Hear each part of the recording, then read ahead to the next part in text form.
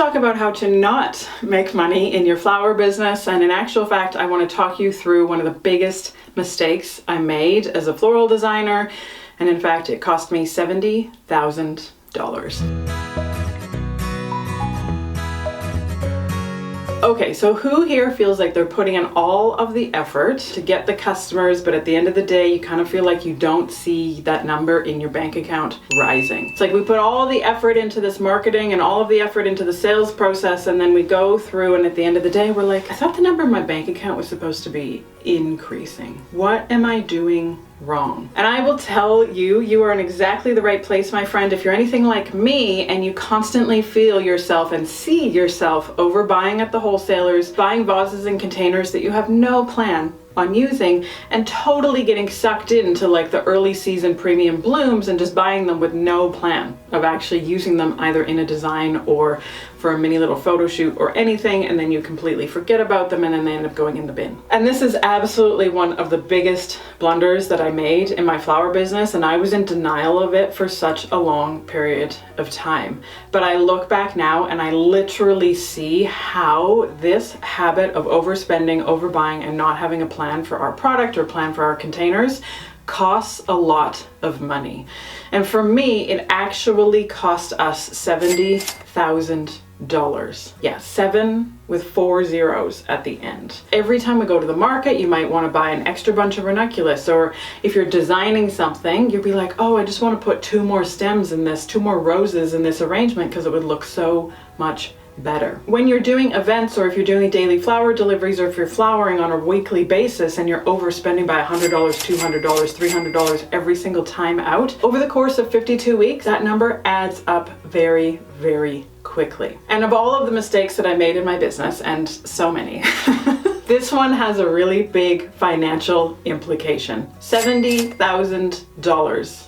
My friends. So let's get into the nitty-gritty, let's get into the detail, and I want to teach you some of my best shortcuts in terms of how I got out of these habits and how I changed my behavior so that we could increase our profitability. Before we jump into it though, I just want to say hi. If you're new here, my name is Kathleen. Welcome to the greatest little corner of the internet. You're in exactly the right place if you're a floral designer or a farmer florist who's on a mission to build a profitable flower business. I want to help you, and I want to make sure that you've got the strategies and the shortcuts and the support that you need to really fast track your progress, grow a business that you absolutely love, and make more money. And I am on a mission to really cut through the secrecy and make sure that every floral designer on the planet has a real blueprint for success, because it took us a really long time, many years, to figure this stuff out.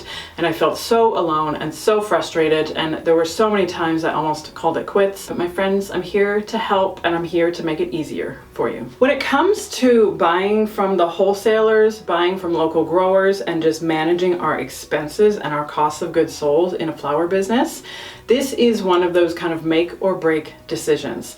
And the most important thing to remember is that it's not necessarily any one decision, right? It's not any one order at the wholesalers that's going to erode your profitability or really skyrocket you towards making money.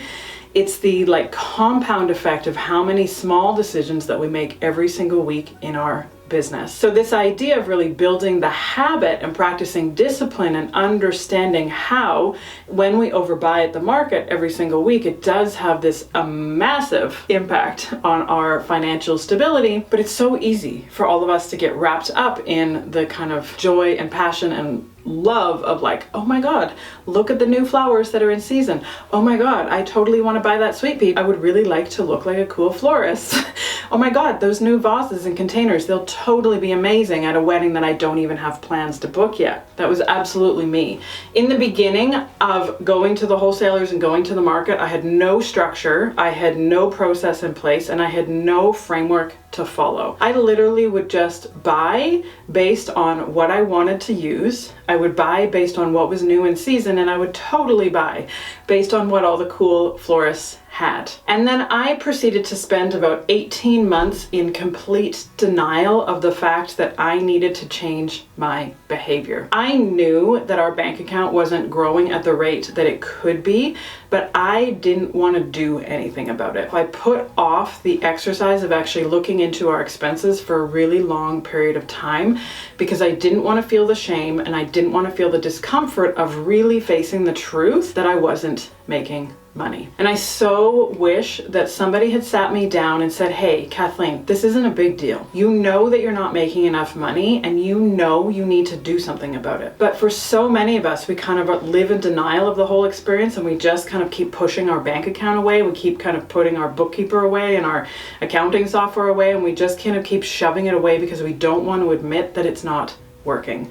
But I will tell you right now, sitting down and literally just taking 1 hour. This doesn't need to be some massive big project that you do in your business. This is like, okay, I am just gonna put my big girl pants on. I'm just gonna sit down and I'm just gonna acknowledge the fact that it's not working, and I'm going to go in and look at my numbers and figure out just how off the mark it is. The minute that you can step back into that level of authority and just come to terms with the fact that it's not working is the minute that you can take control of your business again.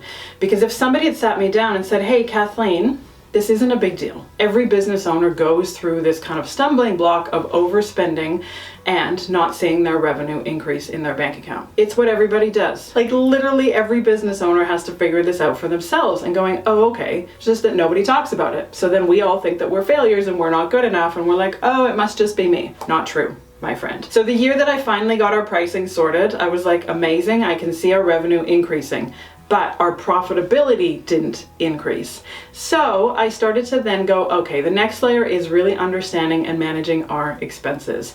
And because I was the one who managed so much of the wholesale buying, so much of our sundries and our hard goods, so much of the actual expenses on a weekly basis in our business, I knew that the problem was me. When I finally sat down and started to look at our numbers, I realized it wasn't any like one line item in our expenses that was eroding our profitability. It was Kathleen's habit of going to the market with no plan, no structure, no framework, and my desire to look cool, to just buy all of the amazing vases, and some of them literally sat in our storage shed and never got used. 2 things I did to change my behavior. And the first one was that I literally sat down and I took half an hour to figure out what is my bare bones basic framework that I want to order from the wholesalers when we are ordering flowers. What is the absolute minimum that my flower shop can get through on a weekly basis?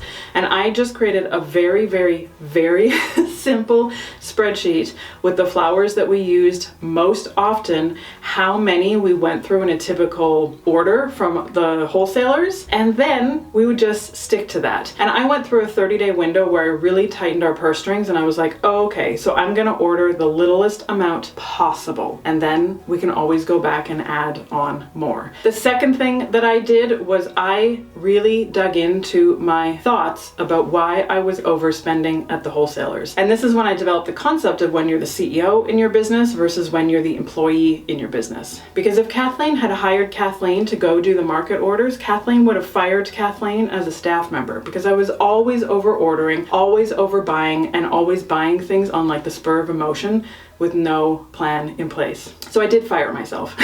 I literally went, okay, Kathleen, as the CEO, pretend like you have a staff member, pretend like you're outsourcing your wholesale order to somebody else, and build the habit, build the discipline, and have a system in place to make it easy for them to know how much to order. That shift in thinking is a game changer in your business, because it's how we can get ourselves out of our own way. Because if I was hiring somebody who was just constantly going to be over ordering at the market, nope, they'd be gone so quickly. And this is one of the greatest mindset hacks when it comes to being an entrepreneur and being a business owner, because you can use it in almost every area of your business. So if you find yourself constantly over ordering or buying out of emotion, buying out of like just short-term desire to have a product, really ask yourself, if I was an employee in this business, would I be okay with it? It is such a helpful question to consider. At the end of the day, it's super helpful to know that what gets measured gets managed, and really paying attention to your numbers, not like showering yourself in shame and judgment over how much money you are or are not making is so incredibly important.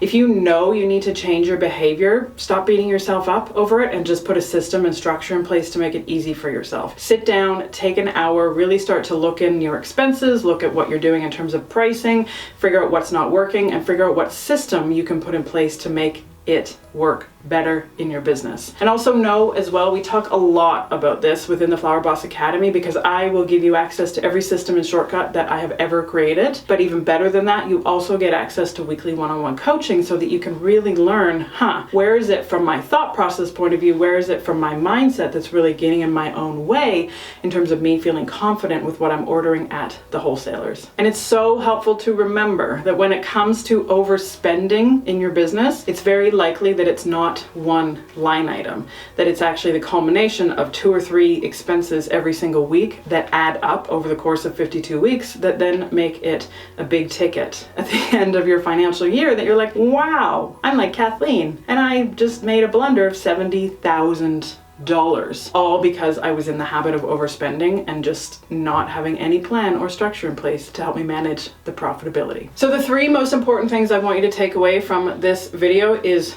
1, you can go broke as a floral designer $5 a day. Literally, it's like these incremental little $5 decisions that we make because we're managing the volume that we're managing. It's like, oh wow, you look at it over 52 weeks, that number adds up really, really quickly. The second thing is it's really helpful to know your numbers, know your ratios, and really understand that learning numbers is part of the requirement when you run a business. It's nothing to be scared about. It's just simply like learning another language. It doesn't actually have to be that intimidating. And this idea of really understanding and seeing when you need to be the CEO in your business and when you need to be an employee in your business.